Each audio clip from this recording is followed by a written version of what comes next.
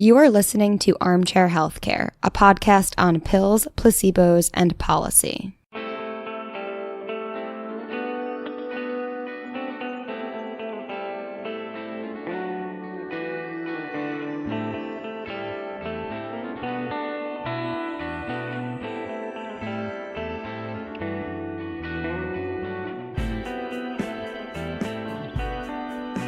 So hi everyone, welcome to Armchair Healthcare. It's a special episode today where I'm interviewing Jonathan Tepper.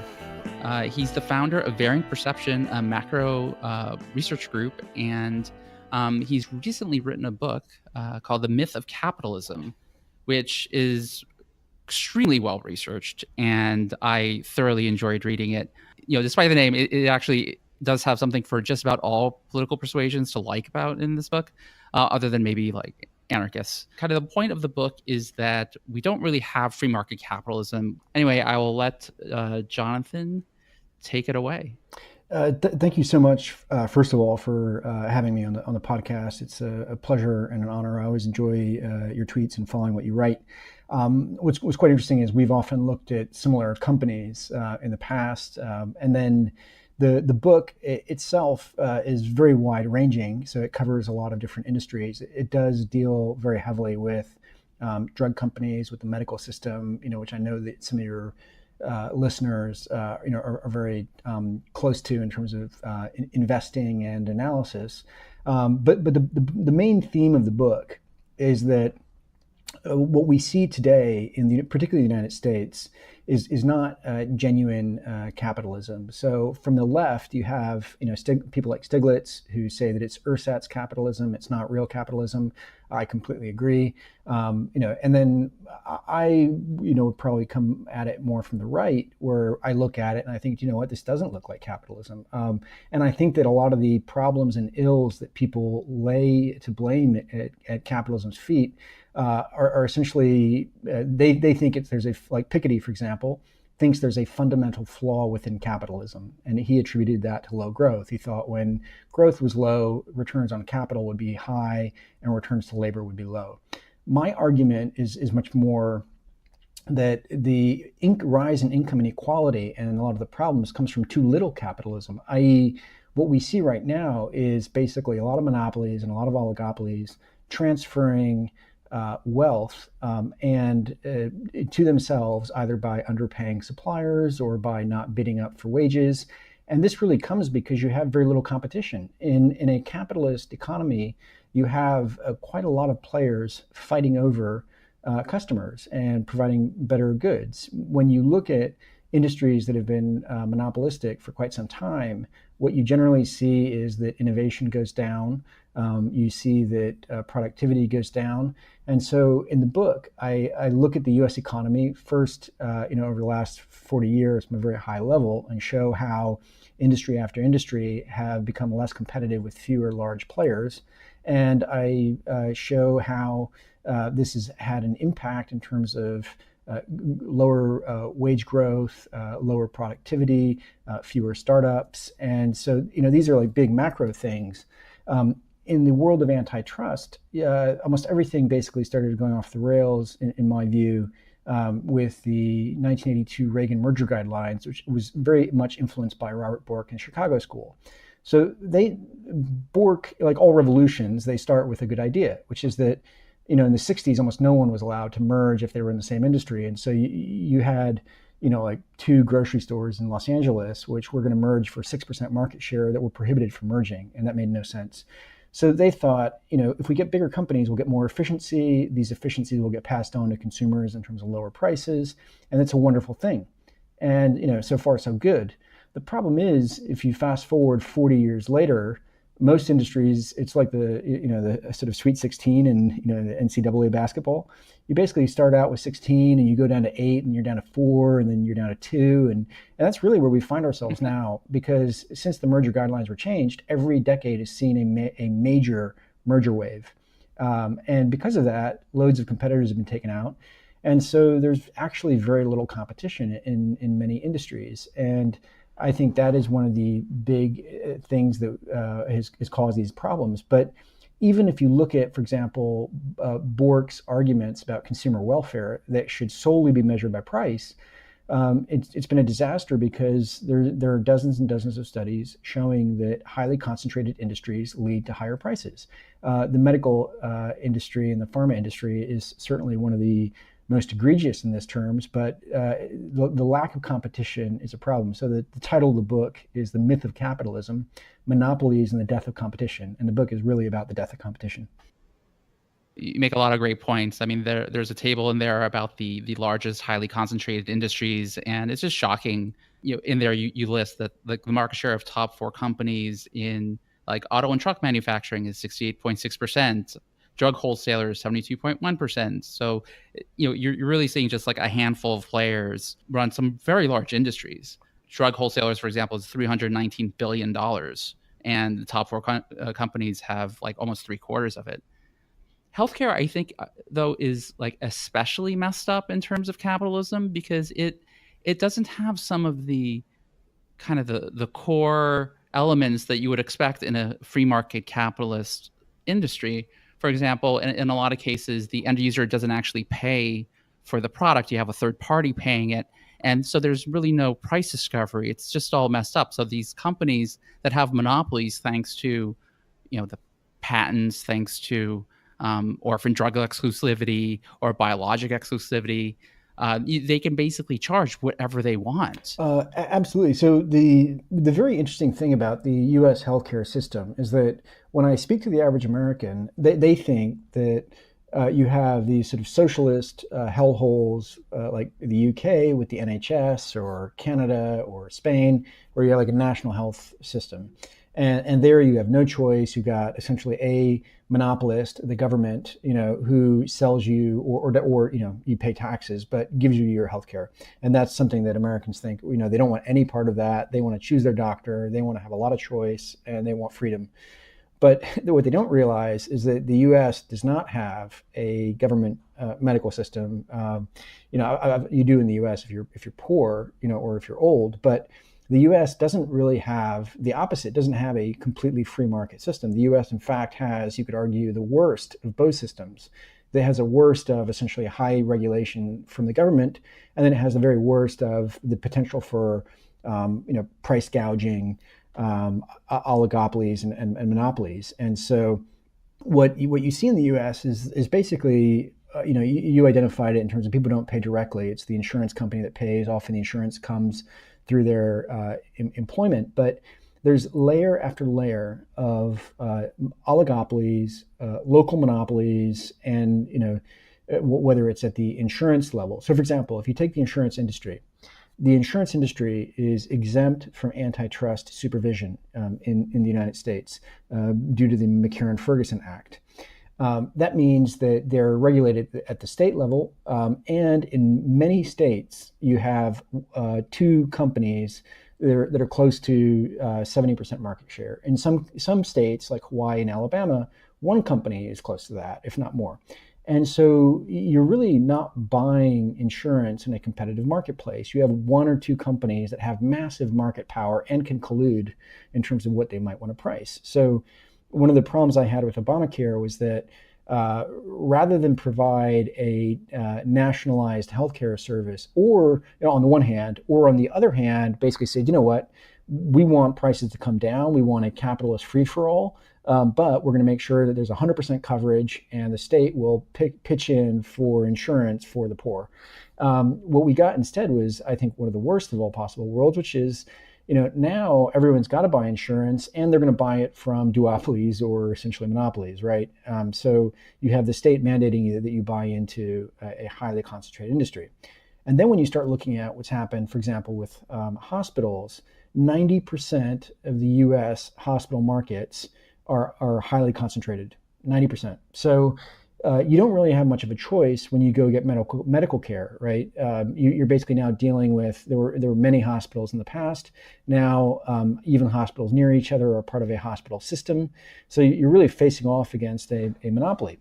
Then when you start dealing with drugs, the drug wholesalers are essentially a very tight oligopoly, right?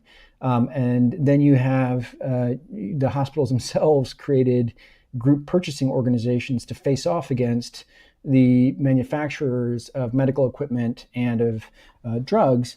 And, so far so good. You'd think, well, if the hospitals band together, they'll get cheaper drug prices. But what ended up happening was that the GPOs, the group purchasing organizations, started looking after themselves, and they started getting fees and essentially kickbacks, from dealing. And Congress wrote laws explicitly exempting them from anti-kickback provisions. Well, they really got their money's worth on their lobbying there, with the insurance companies exempt from antitrust, the GPOs exempt from anti-kickback statutes. Oh, lobbying. So I've got a chapter in the book on lobbying and regulation, and the ROI, the return from lobbying, is spectacular. I clearly need to enter an industry where I can lobby, because there are lots of academic studies. The highest return that they've found in lobbying is about 22,000%. And you look at it, you look at how much companies spend on lobbying. It's not very much, actually, relative to the benefits that they then derive from that lobbying. It's like, by factors of 100. Yeah, and I believe that case that you specified, it was like for every $1 spent on lobbying to get kind of like some sort of tax shelter, you get like $223 in return or something like that. Exactly. Yeah. It's I mean, you will not find opportunities like that in the stock market. Generally, you can certainly find them lobbying Congress. And so you find that a lot of these industries have essentially been exempted from antitrust. They've been exempted from anti-kickback provisions. And so they're able to raise prices. And, if you think about drugstores, basically in most major urban areas, you're dealing with a duopoly of CVS and Walgreens. So antitrust, once the FTC and DOJ fully absorbed Robert Bork's ideas, any company that claimed that they were going to keep down prices was allowed to merge. And so all you need to do is claim it. You don't need to actually do it. And so loads of mergers have been allowed to happen. And after the mergers have happened, or even before, before the actual deal closes, you see price increases coming through.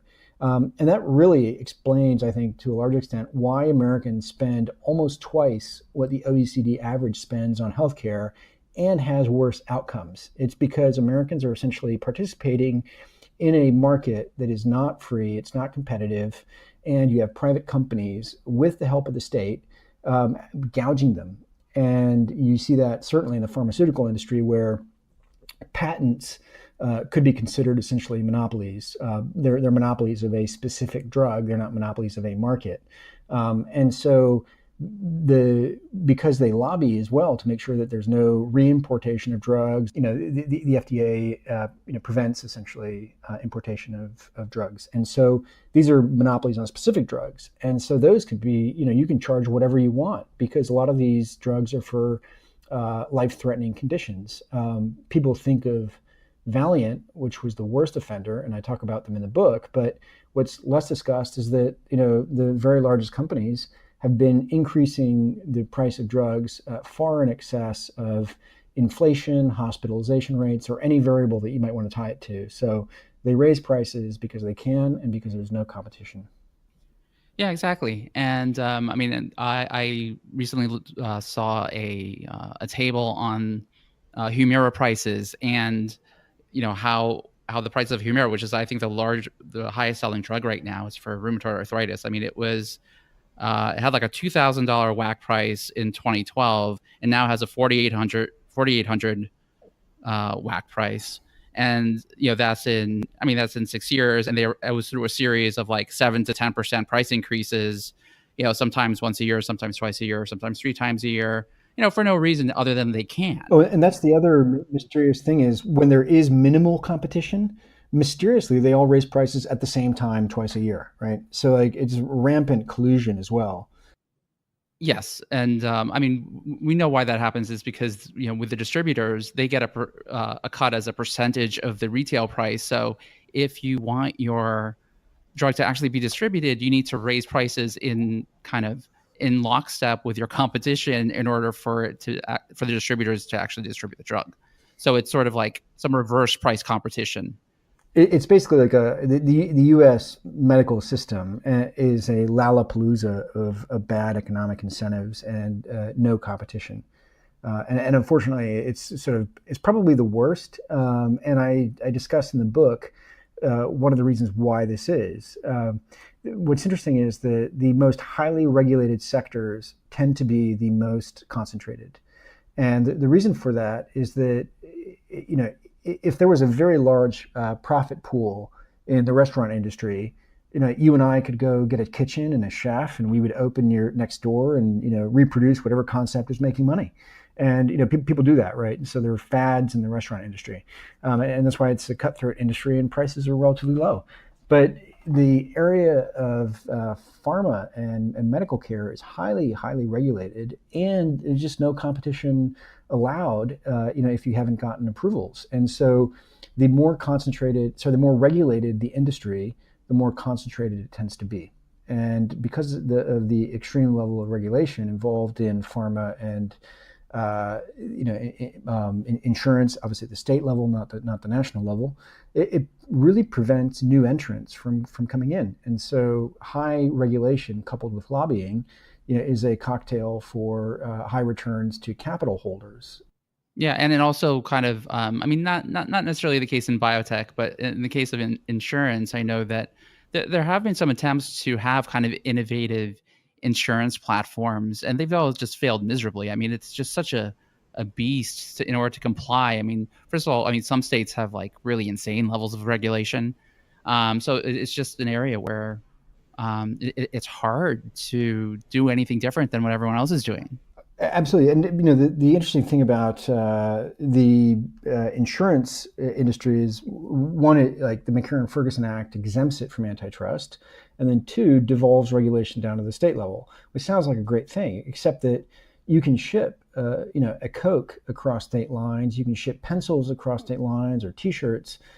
You can't sell insurance across state lines. And so what ends up happening is that you have local monopolies or local duopolies in insurance, and that's regulated at the state level. And so there's very, very little competition that happens in the insurance markets. And I think that if Americans understood how exempting insurance from antitrust and how devolving regulation down to the state level, which creates a very tight relationship between insurers and the regulators, has led essentially to almost no competition. And I think that's one of the key things that drives up insurance for Americans. Kind of one of the issues, though, is it's not quite clear how we can fix it. I mean, we can fix it kind of on the edges here, like, maybe get rid of orphan drug exclusivity, some of the other kind of, bits of corporate welfare that we're throwing at people, like priority review vouchers for some reason exist, where a company gets approval for a drug and then gets kind of a bonus that they can sell and it's transferable. But because our system is just so like kind of enmeshed and illogical, it's just, I'm not sure how you can fix it. I mean, if we went to a British system, I think a lot of the hospitals would be out of business. A lot of companies would be out of business. Like, for example, DaVita, which you mentioned in your book, it runs dialysis centers.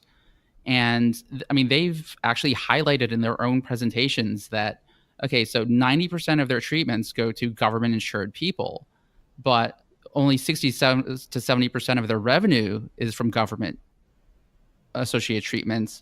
And they actually lose money as a whole on their government insured patients.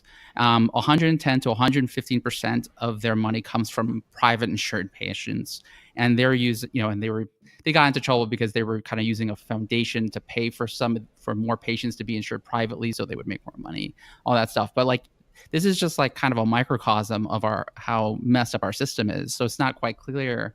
How do we move forward? So I think in the U.S., there are quite a few immediate reforms that come to mind. I think that the medical and insurance industry, or particularly medical industry, is exempt from fair pricing laws. So hospitals don't have to publish a menu like a restaurant does. You don't have to say, if you're ordering this salad, you're paying $5, and if you're ordering that steak, you're paying $20. And so if you're the government, you pay one thing. If you're insured, you pay another. And if you're uninsured, you can only guess what the hospital might charge you. And so in the case of DaVita, yes, the government does say that they're going to pay very little. And then they try to pass on essentially the price increases and make it up elsewhere to either insured or uninsured.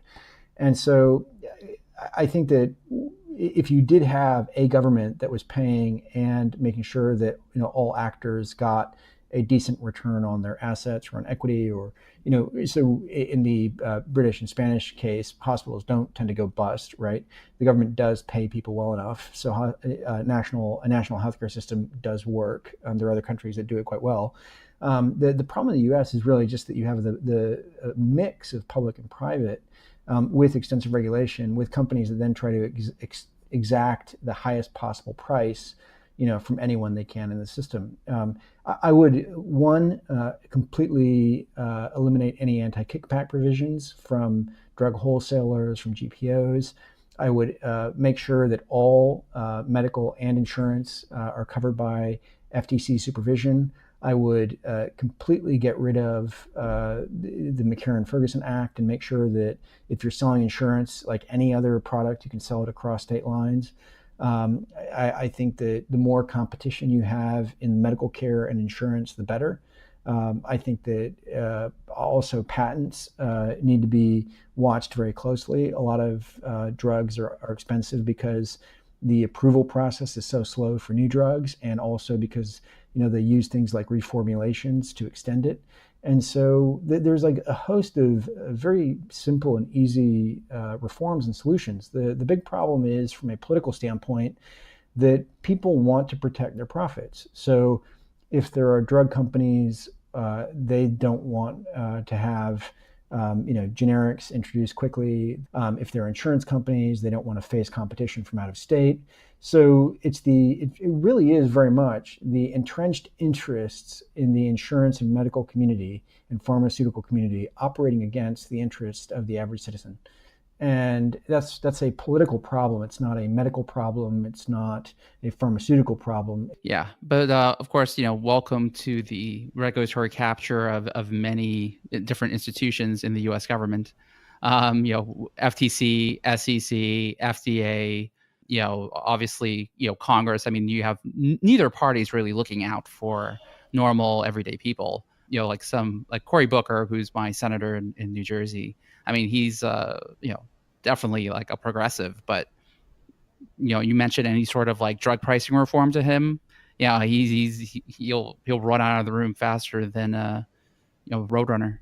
Yes, and I think the strange thing is that people in Congress want to get reelected, and therefore they might be in favor of reforms when they're candidates or before they even run, and then once they're in Congress, then they quickly fall into line. And so I'm not incredibly optimistic about reform. The book, The Myth of Capitalism, that I've written, I hope, in a very small way, might play some part in educating people and leading to reform. But I recognize that the world's a fairly cynical place, and politicians want money. And some of the biggest donors in the U.S. happen to be insurance companies and happen to be pharmaceutical companies. So I'm not extraordinarily optimistic that we'll get reform, but I certainly hope that the book, in a small way, sheds a light on it and makes it accessible to the average person. The problem is certainly not confined to healthcare. I think the problem is fairly broad. Healthcare is just possibly one of the most regulated. But going further outside it, you see, in the book I discuss rating agencies. Moody's and Standard & Poor's did a terrible job in the downturn. You'd think that maybe that would have killed them. It didn't.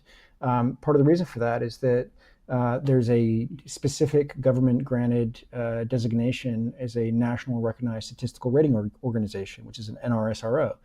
And so you find these things across much of the economy, where you find it with alcohol distribution. And, there's a reason why there's not, McDonald's and Wendy's don't have 90% market share in restaurants, but you have two companies that control 90% of the US beer market. And so the more regulated the industry, the higher the concentration generally.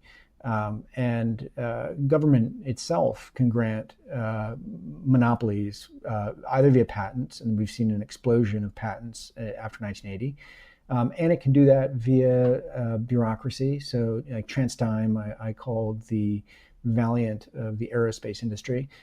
Basically, they buy companies that make parts for planes where they're the sole source supplier. So if you don't have an FAA regulated part, or approved part, you can't put it into your plane.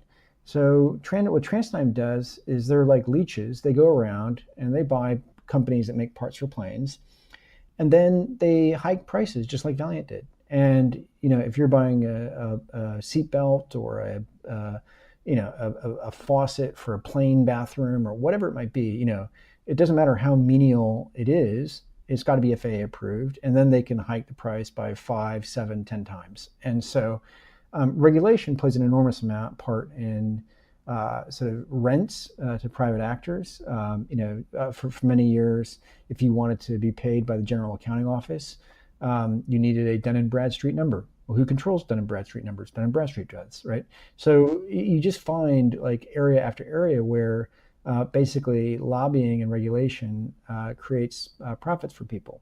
And in an open competitive economy, you wouldn't really see that. And when the merger waves have reduced the number of competitors in areas that are regulated, it means that the theoretical new entrants don't enter.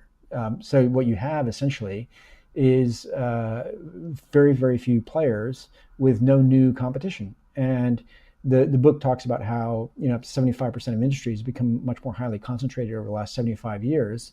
And I think that this explains in large part what we're seeing in terms of high economic rents and profits for the largest companies. It explains low wages for workers. It explains a collapse in startup rates.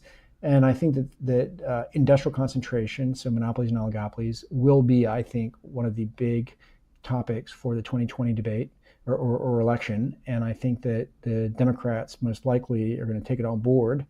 And I think if you're on the right and you're conservative, you should, one, really want more competition, because that's what capitalism is all about. But two, I think that if capitalists themselves, don't reform the system, someone who's not capitalist is going to go do it. And so you better bet that, capitalists are much more likely to do a better job reforming the system. And unfortunately, right now, people are confusing being pro-big business with being pro-markets. Yeah, I completely agree. It's just amazing to see. For example, I heard that there was a proposal to kind of lower some of the SEC required disclosures in filings for like IPOs for smaller companies. Right now the SEC basically practically doesn't even police corporate fraud, and they're talking about making it kind of even easier for companies. So I'm just kind of like aghast. Like, everything can't just be pro company. The whole point is to be, for the market, for other market participants, which includes the investors, which includes just normal people. Some of the largest monopolies that probably impact us on a day-to-day level, like let's say Google, they're never going to be attacked by people from really either party, and especially not the Democrats. Oh, well, Google is a very specific example, and I go into it in quite some detail in the book. But the FTC did want to go after Google in 2012, 2013, and did not do so because Google was so tight with the Obama White House. And there's this sort of massive revolving door going on. Almost no company's ever had as many people sort of leaving the company, going to work for the White House, and then the reverse as Google did. So they learned from Microsoft in the 90s that you need to get close to your regulator, you need to get close to the political powers, because otherwise, the Department of Justice will go after you. And so Obama and the FTC killed the report that wanted the FTC to go after Google. And it's quite clear that, one, like, everyone thinks that Google is this extraordinary technology, and that's why they completely dominate online ads. But they were allowed to buy DoubleClick, which was their main competitor. DoubleClick did display ads. They were allowed to buy ad exchanges. And so they were able to vertically integrate the industry and horizontally integrate it. And then they were able to hold off regulators via the donations and the revolving door. And so you do find this across many industries where there should be effective regulation. There should be the beginning of antitrust. And there's an entire cottage industry of law school professors and economists for hire who work for Google and other companies, arguing that, that they should be exempt from any action. And these people are basically shills. They're very well paid, and that's really the way the world works. In my book, I cite a few of them, and I link to articles. I'm probably going to do another big piece for the American Conservative on this revolving door, and I think that there needs to be a much bigger spotlight shined on it. Yeah, no, I agree. I mean, there was a 60 Minutes episode I remember talking about how really Google was like trying to really just kill Yelp by putting the Google reviews kind of ahead of the Yelp reviews. I mean, there's some very obvious kind of monopolistic abuses that are going on with Google, but no one at least high level seems to be talking about it at all. Mainly because, yeah, I mean, I think you had a statistic in there that Google was in the White House just about every week during a certain period. Absolutely. Often, like many times per week. The former CTO for the U.S. came from Google. I mean, it was very extensive. And, Google was taking hundreds of thousands of images per hour from Yelp servers. They've been taking snippets from every website under the sun. And so Tim Berners-Lee, the creator of the World Wide Web, he thinks that the web itself is dying. The internet was supposed to be an open, anarchic place where your blog linked to my blog and our blogs linked to other people's blogs, and that was how it was supposed to work. A nuclear bomb was supposed to fall and it wouldn't take out the internet. What's really happened is that since 2014, most of the links on the web are mediated by two companies, by Facebook and Google, and so it really means that what we've seen, while the web should be open and free and having many voices, ultimately it's become highly concentrated in the hands of two players. And these are not two players that have everyone's best interest at heart. They have a very specific business model, which is surveillance capitalism, where they follow people around and then sell ads based on the knowledge they have. That's a great term. I haven't heard that one before. Surveillance capitalism. I got to use that one. It's catching on. I cannot find who said it eventually, who said it initially. But I think it's a perfect description of the situation. There's no reason why Google couldn't make money in other ways or Facebook couldn't make money in other ways, but they ultimately want to track you everywhere on the web. They want to have your entire search history, and they want to know everything you do. And anything that goes against that, they're against. And also, it's the greatest, I mentioned it in the book, it's the greatest arbitrage in history. You have millions of people who create content, they edit content, they curate content, and put it out on the internet. And then the fruits of that labor go to Google and Facebook. Yeah, that's pretty atrocious. And then kind of this is kind of linked to another kind of personal frustration of mine. At some point I'm going to have to buy a new phone. I've had an iPhone for years, but Apple keeps raising the prices because, they can. And I don't think I want to pay $1,000, $1,200, $1,500 for a new phone anymore. But my only other choice is a Google phone. So it's like, what do I do? Yeah, welcome to the duopoly. So there's a duopoly in ads between Facebook and Google, and then there's a duopoly between operating systems between Apple and Google. And competition is better generally at bringing down prices. When you don't have competition, either you get pricing power, which Apple does, or in the case of Google, it appears free, but your personal data is worth quite a lot of money, and they get that personal data. And then, that's what makes them so very profitable. And the average person has no idea what their personal data is worth. They're not compensated for that personal data. The marginal cost to Google of distributing Android or Chrome is close to zero. And so they hand over their data, in exchange for almost nothing. But the worst, that wouldn't even be the worst part about it. The biggest problem is that in much of the online world, no venture capitalist will fund businesses that have any competition from sort of Amazon, Google, or Facebook. And so, what you're really seeing is people now want to sell out to these companies, and there've been loads of acquisitions rather than actually create new and interesting products. No, exactly. Yeah, I mean, and kind of this kind of limited choice goes into so many. I mean, as you said, so many industries. I mean, just kind of another related one is just cable. I was looking to change my cable provider, I can't. Like Verizon doesn't have their fiber optic service going to my neighborhood, and there's no alternative cable provider, and it's really kind of infuriating that like in just so many places where where I look, there's really no choices. Absolutely. So most Americans have no competition when it comes to high-speed internet.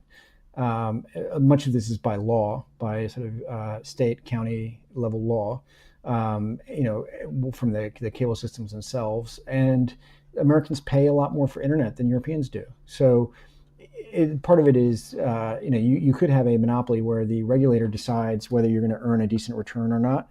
In the U.S., basically, you have very little regulation, of the rates of return, and then you have monopolists. So I think the lack of competition certainly is telling. And if you think of AT&T itself, which was a monopolist, Tim Wu's book, The Master Switch, is fantastic. I highly recommend readers listen to it. But AT&T became a profoundly, even though they funded Bell Labs and spent a lot of money on R&D, most of these were then made public and people could license them. So it was smaller companies that actually made these technological changes and advances part of our daily lives, not AT&T itself.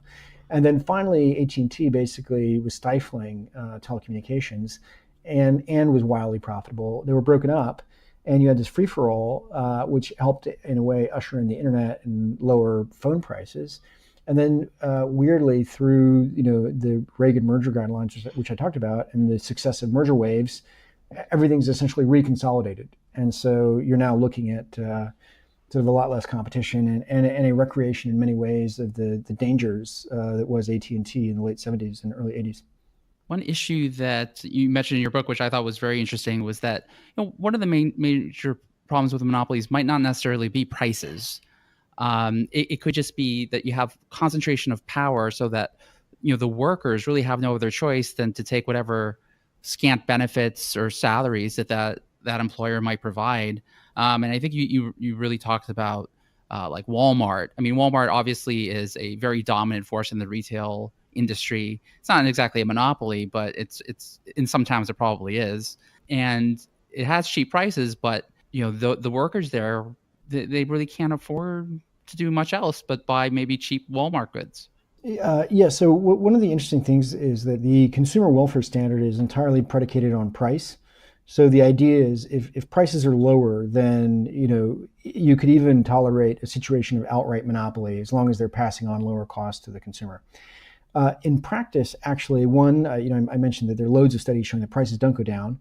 But then secondly, by creating oligopolies and outright monopolies, what ends up happening is that they have a very strong pricing power relative to their suppliers. So Walmart is able to basically demand extremely low prices from suppliers, which is resulted in most of the Walmart suppliers in the 90s went bankrupt. And then they ended up, of course, having to offshore most of the production to try to achieve the lower prices from Walmart. So the benefits accrue to the monopolist or the dominant company rather than to the economy at large or their suppliers. But then, more importantly, forgetting Walmart, but just looking more broadly, there are many industries where there are very few companies that demand labor. And the opposite of a monopoly is a monopsony. So a monopolist is the only seller. A monopsonist is the only buyer. And when you're the only buyer of labor, whether it's a coal town or whether it's, if there's one hospital system in a town and 90% of hospitals are highly concentrated, good luck to nurses getting a raise, right? Or if there's only one cable company in town, good luck to a cable employee in getting a raise. And so what you find in industry after industry where competition's been reduced, wages have suffered. And there's a very good study by Marshall Steinbaum, Jose Azad, and Ioana Marinescu that points out that there are huge wage differentials across the US, depending on whether you're in a highly concentrated or a less concentrated commuting zone. And so that is essentially what you could refer to as sort of pure monopsony, which is where you have one company demanding wages or labor. But you also have what you could refer to, and Larry Mischel discusses it, which is metaphorical monopsony, meaning that the key element of monopsony is that, in the language of the economists, you have essentially supply is relatively inelastic for labor, meaning that if you cut wages, you're still going to get quite a lot of labor. People aren't just going to go somewhere else and not supply you labor. And so the fact that people are, have a partner or are married and they can't move, they can't go to another town that has higher wages, the fact that there are all these frictions and that there is a vast asymmetry in information between employer and employee, and the fact that there's a vast asymmetry in bargaining power because unions have collapsed, means that the monopsony at least is true in a metaphorical sense, in that there's a huge imbalance in power between sort of companies and workers. And that is what is driving wages down in many industries. And that's not captured by the consumer welfare standard at all. So in theory, these companies are providing cheap prices, but they're squeezing their workers. And then, they expect the workers to be happy that they can buy T-shirts from Bangladesh if they have enough money to do so. I mean, I remember, I used to actually make, the argument that, well, sure, there's some problems with income inequality, but it's never been so cheap to be poor. You can buy all this cheap stuff from Walmart, et cetera. But I mean, now I really see they've just like whole swaths of American industry has been destroyed. And, how do we resuscitate it? I mean, it's so hard. I mean, Trump, whatever you think about him, I guess he's trying with the whole China thing, but that could very well just end up crashing China rather than helping us very much. Well, what's interesting is that, if you look at it industry after industry, you often find that you either have local monopolies or you have situations where prices have come down somewhat, but at the expense of essentially bankrupting suppliers. So agriculture is a classic one where, the agricultural sector is like an hourglass, and you have, over 300 million American consumers, and then you have a few million farmers, and then in between them you have 4 companies when it comes to grains, and you have 4 companies when it comes to meat. And so the cheap chicken prices that you find are because most chicken farmers have gone bust over the last 30 years. And Tyson and others have ended up making dozens of billions of dollars because they've been able to squeeze their own suppliers, i.e. the farmers. So the consumer welfare standard essentially is one I don't think it actually works in practice, meaning, highly concentrated industries raise prices in almost all cases. But in the cases where prices go down, often what's happened is that all you've seen is just a transfer of wealth from supplier to purchaser, and the purchaser being, i.e., the sort of meat companies or agricultural companies. Yeah. I keep trying to think how we're going to fix it, but it's just, we have a two-party system. Both are basically in the pockets of the corporates. And, there are third parties, but come on, if you've ever been to a Libertarian Party function, you'll know they're not really up to, they're not ready for prime time. Well, I think that there are, so the last chapter of the book has proposed solutions. I think that there are solutions that are sensible and that can and should be done. And I think that you don't have to be a Republican or a Democrat to favor them. So I don't think this is a party political issue. I think that if you're a Republican, or forget Republican, I think if you're a free market capitalist, you should want more competition. You should want more startups. You should want greater competition, and for wages and for goods. And if you're an egalitarian and a social justice warrior, you should be appalled at the cause of inequality, which comes from market power. And so I think this is something that has bipartisan appeal, which is let's fix markets. And I think that the first step is to prevent mergers in highly concentrated industries. So I think any industry that has fewer than 6 major players shouldn't be allowed to merge. And then I think furthermore, any previous mergers that have reduced the industry, beyond that, need to be reversed. There's no reason why 2 companies should control 90% of the U.S. beer market. And then I think furthermore, we were discussing regulation earlier. We have to have intelligent and thoughtful, I think, principle-based regulation rather than rules-based regulation.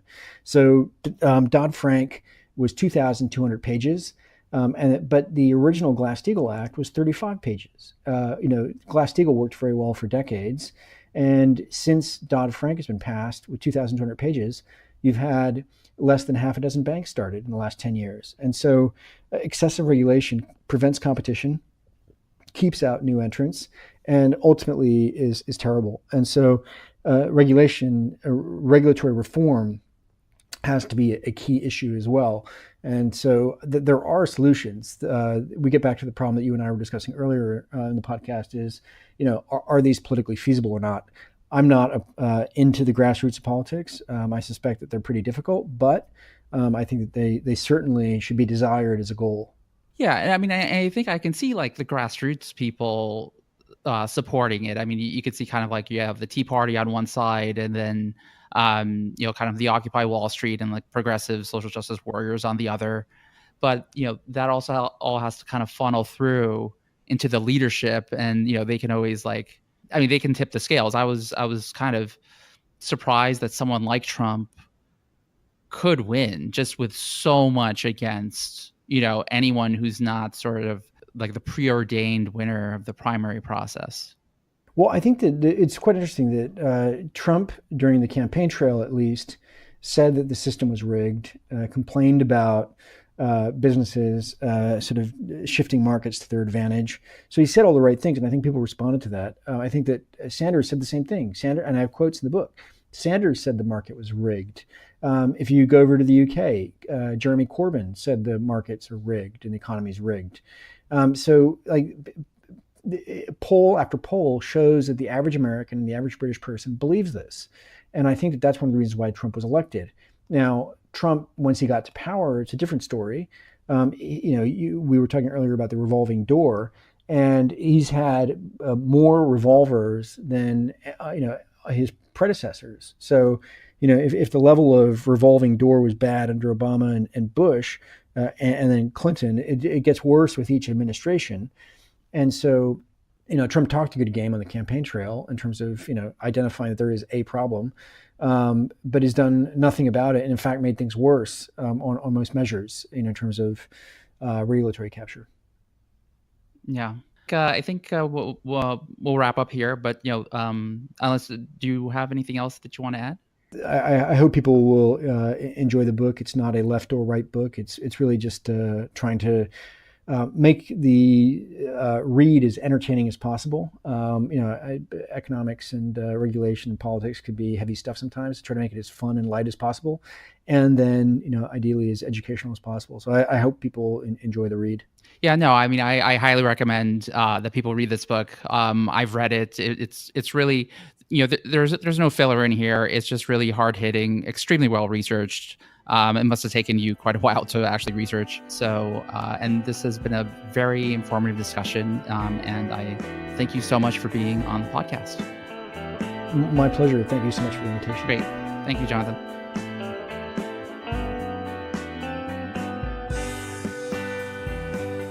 Our theme music is by Hazard.